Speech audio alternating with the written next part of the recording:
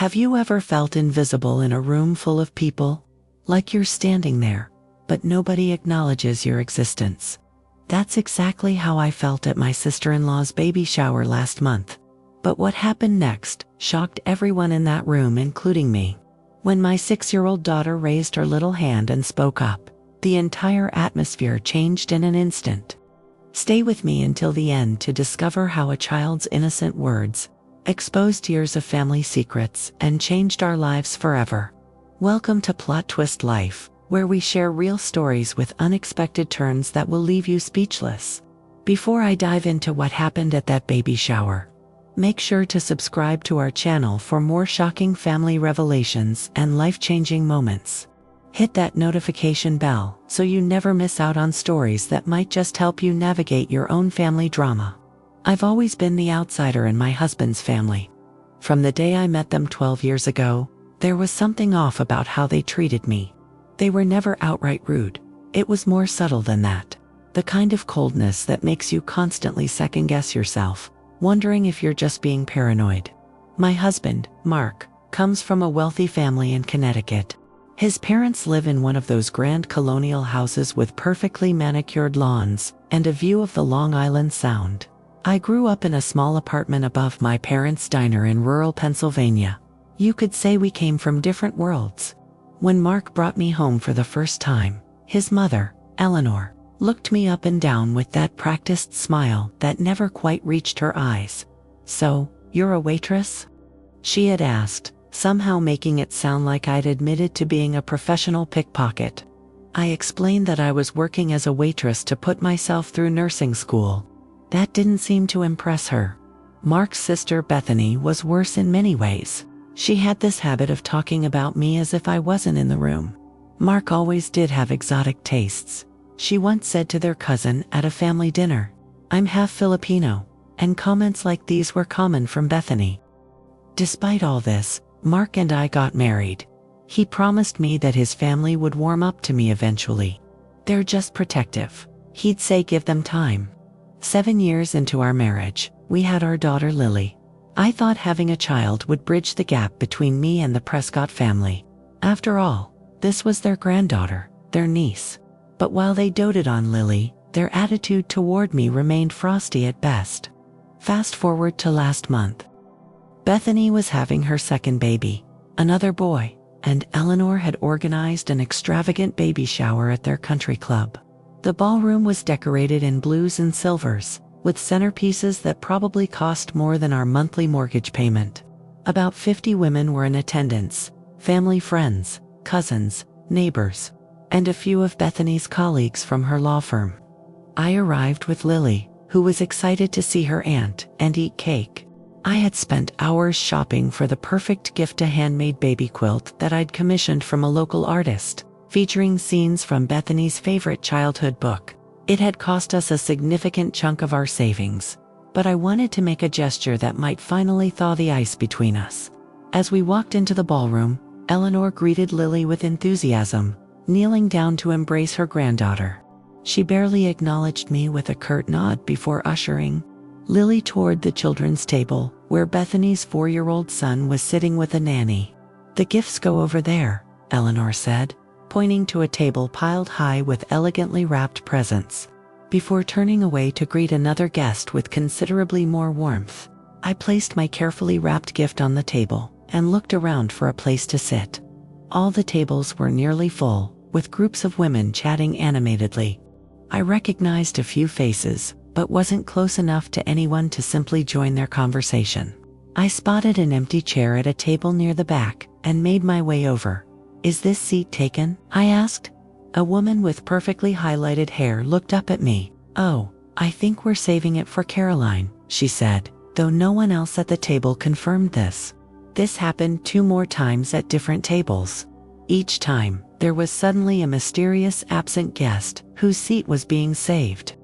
I ended up standing against the wall, watching as Bethany held court in a tufted chair that looked like a throne, accepting gifts and compliments with equal grace. Eleanor clinked her glass to get everyone's attention. "Ladies, let's start the gift opening. Bethany is so excited to see what you've all brought for little William Alexander." I watched as Bethany opened gift after gift: designer, baby clothes, silver rattles, heirloom blankets. Each giver was acknowledged warmly, with Bethany or Eleanor sharing some personal anecdote about their relationship or connection to the family. "This is from Margaret, your father's golf partner's wife. Remember how she came to your piano recitals? Oh, this is from Aunt Judith. She gave you your first pearl earrings when you turned 16. The pile of opened gifts grew, but my quilt wasn't among them. Had they somehow missed it? I looked over at the gift table and saw my package, still wrapped, now partially buried under discarded wrapping paper. 2 hours passed. My feet were aching from standing the entire time. I'd tried to participate in conversations, approaching groups and smiling, but each time I was met with polite but brief responses before the women turned back to each other. It was as if I was a ghost, present but not quite visible. Lily had been playing with the other children, but periodically ran over to check on me. The last time she came by, her brow furrowed as she looked up at me. "Mommy, why aren't you sitting with the other ladies?" she asked, her voice carrying more than I would have liked. "The tables are full, sweetie," I whispered, gently steering her back toward the children's area. "Go play with your cousin. I'm fine." But Lily didn't move. Instead, she looked around the room with that intense concentration children sometimes have when they're processing something that doesn't make sense to them. Just then, Eleanor announced it was time for a game. "Everyone find a seat. We're going to play Guess the Baby Food." There was a flurry of movement as women claimed chairs. I spotted one empty seat and quickly made my way toward it, only to have another woman slide into it with a "Sorry, I was just in the restroom." That's when it happened. Lily raised her hand high in the air, the way she'd been taught to do in kindergarten when she wanted to speak. The room was still noisy with chatter, so no one noticed at first. But Lily was persistent. She started waving her hand and then called out, "Excuse me. Excuse me, Grandma Eleanor." The room quieted. Eleanor turned to Lily with a tight smile. "Yes, darling. The children's game will be starting soon at your table." "That's not what I want to ask," Lily said, her voice clear and loud in the sudden silence. "I want to know why no one is being nice to my mommy. She's been standing all alone, and no one saved her a chair, and no one opened her present, and it's making me sad." The silence that followed was deafening. 50 pairs of eyes shifted between Lily, Eleanor, and me. I felt my face burning with embarrassment, but also with a strange sense of pride. My 6-year-old had more courage than I'd had in 12 years of dealing with this family. Eleanor recovered first. "Lily, sweetheart, I'm sure that's not it, is true," Lily insisted. "Mommy made a special blanket for Aunt Bethany's baby. She worked on it for months, but nobody opened it, and nobody talked to her, and nobody let her sit down." Bethany looked uncomfortable for the first time that day. "Which present is yours, Jessica?" she asked, my name sounding foreign on her lips, as if she rarely said it. I pointed to the partially buried package. A woman handed it to Bethany, who unwrapped it with the entire room watching.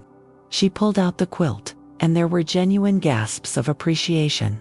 It was beautiful scenes from the secret garden delicately stitched onto soft organic cotton, with the baby's name and birth date embroidered in one corner. This is exquisite," Bethany said, running her fingers over the stitching. "Did you make this?" "I commissioned it," I said, finding my voice. "From an artist who specializes in literary-themed baby items. The Secret Garden was your favorite book as a child," Mark told me. Something shifted in Bethany's expression. She looked at me as if seeing me clearly for the first time. "How did you know that? I haven't read that book in 20 years. Mark mentions things about your childhood sometimes." I listen. Eleanor was examining the quilt now. "This must have cost a fortune," she murmured, more to herself than to me. "It wasn't cheap," I acknowledged, "but family is worth it." There was an awkward pause before a woman I didn't know stood up. "Here, take my seat. I need to stretch my legs anyway." She smiled at me, the first genuine smile I'd received all day from anyone other than my daughter. I sat down, and Lily came to stand beside me, her little hand on my shoulder protectively. The game began, but there was a tension in the room that hadn't been there before. I caught several women giving me curious glances, as if they were seeing a person instead of just Mark's inappropriate wife for the first time. After the shower, as we were helping to gather the gifts to load into Bethany's car, she approached me while Eleanor was distracted with another guest. "Jessica," she said quietly, "can we talk for a moment?" We stepped into a small anteroom off the main ballroom. Bethany seemed nervous, fidgeting with her bracelet. "I owe you an apology," she finally said. "Several, actually." I waited, not making it easier for her. "The truth is, when Mark first brought you home, I was going through a difficult time. I'd just broken up with my boyfriend, my fiancé actually. No one in the family knew we were engaged. He left me for a woman he worked with, who was, well, she looked a bit like you." I raised my eyebrows. "So for 12 years, you've been cold to me because I reminded you of your ex's new girlfriend?" Bethany had the grace to look ashamed. "It sounds ridiculous when you say it out loud. And it is ridiculous. But that initial impression, it colored everything. And then Mom took her cues from me, and it just became the way things were." "What about today?" I asked. "The deliberate exclusion." Bethany sighed. "That was Eleanor's doing. She's always been protective of our circle. But I should have stepped in, especially after seeing how Lily noticed. Children see everything, don't they?" "They do," I agreed. "And they haven't yet learned to pretend that cruelty is normal." Bethany was quiet for a moment. "Your daughter is extraordinary. She stood up for you in a room full of adults. I'm not sure I would have had that courage at her age, or any age, honestly. She gets her stubbornness from her father," I said with a small smile. "And her bravery from her mother," Bethany replied. "I'm sorry, Jessica. Truly, and that quilt. It's the most thoughtful gift anyone has given me. I can't believe you remembered my favorite book." Like I said, I listen. When we rejoined the party, something had shifted. Eleanor was still Eleanor Shea, wasn't suddenly going to embrace me as a daughter, but there was a newfound respect in her eyes when she looked at me. And when Lily ran up to her to say goodbye, I heard her say, "You have a very brave mommy, Lily. And you're very brave too." On the drive home, Lily fell asleep in her car seat, exhausted from the emotional day. Mark called to see how the shower had gone. "Interesting," I told him. "Your daughter stood up to your entire family on my behalf." There was a pause. "She did what?" "She called out the fact that no one was speaking to me or letting me sit down, in front of everyone." "Oh God," Mark groaned. "Mom must have had a fit."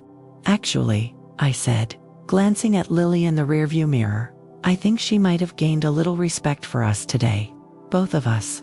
What happened at that baby shower was just the beginning." The following week, I received a text from Bethany asking if Lily and I would like to join her and her son for a playdate at the park. It was awkward at first. 12 years of coldness doesn't thaw instantly. But as we watched our children play, something genuine began to grow between us. 2 weeks later, Eleanor called and invited us to Sunday dinner. Not just Mark, but specifically, all three of you. During that dinner, she asked me about my nursing career, really listening to my answers for the first time. Mark was bewildered by the change but delighted. "What exactly happened at that baby shower?" he kept asking. I just smiled and said, "Your daughter happened." The most surprising change came 3 months later, after baby William was born.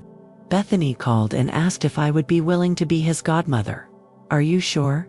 I asked, stunned.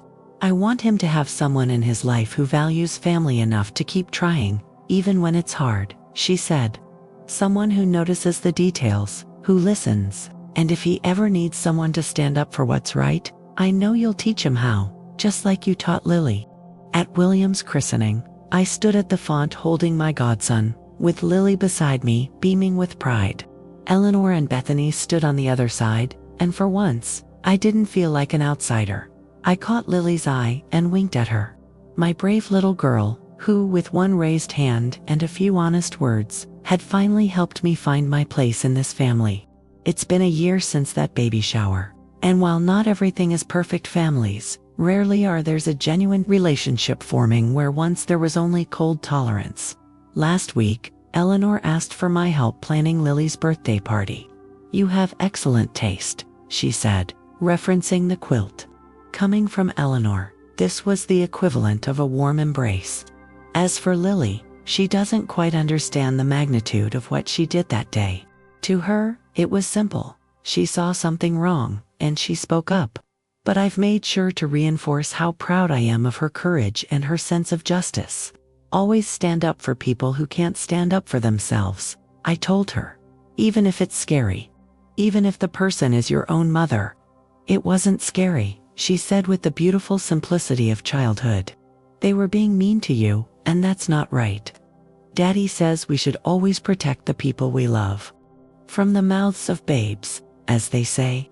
I think about that day often, how a child's innocent observation broke through years of practiced social exclusion, how my daughter's raised hand created ripples that are still moving through our family, changing patterns that had seemed permanent.